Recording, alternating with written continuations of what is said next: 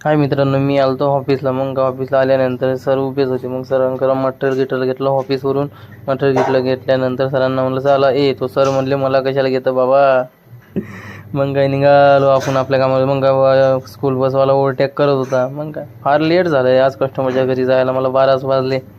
पण तरी पोहोचलो कस्टमरच्या इथं. कस्टमरच्या इथं पोचल्यानंतर गिझर फटाफट आपण रिपेरिंग केलं आहे. माझा चेहरा दिसत नाही कारण की पाठीमागे खिडकी होती त्याच्यामुळे.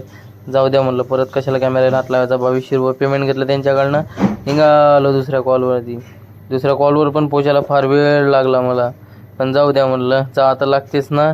मग आलो दुसऱ्या कस्टमरच्या इथं. दुसऱ्या कस्टमरच्या इथं आल्यानंतर काय त्यांची कॉईल एक्सचेंज करायची होती. फटाफट आपण कॉईल एक्सचेंज केली प्रॉपरली. वायरिंग गिरिंग बरोबर व्यवस्थित लावून घेतली तिथं. लावून घेतल्यानंतर काय एकदम ओकेमध्ये एकदम फायनलच काम झालं आहे. तुम्ही बघू शकता रिझल्ट. आता 2 इंडिकेटर पण लागणार. पिन गिन पुसून घेतली व्यवस्थित एकदम. मग काय त्याचे 2 स्क्रू बाकी होते लावायचे. 2 स्क्रू पण घेतले आपण लावून. बघा इंडिकेटर लागलं ग्रीनवालं. मग प्रॉपरली काम झाल्यानंतर मी निघालो घरी. तुम्ही करा मला फॉलो. जे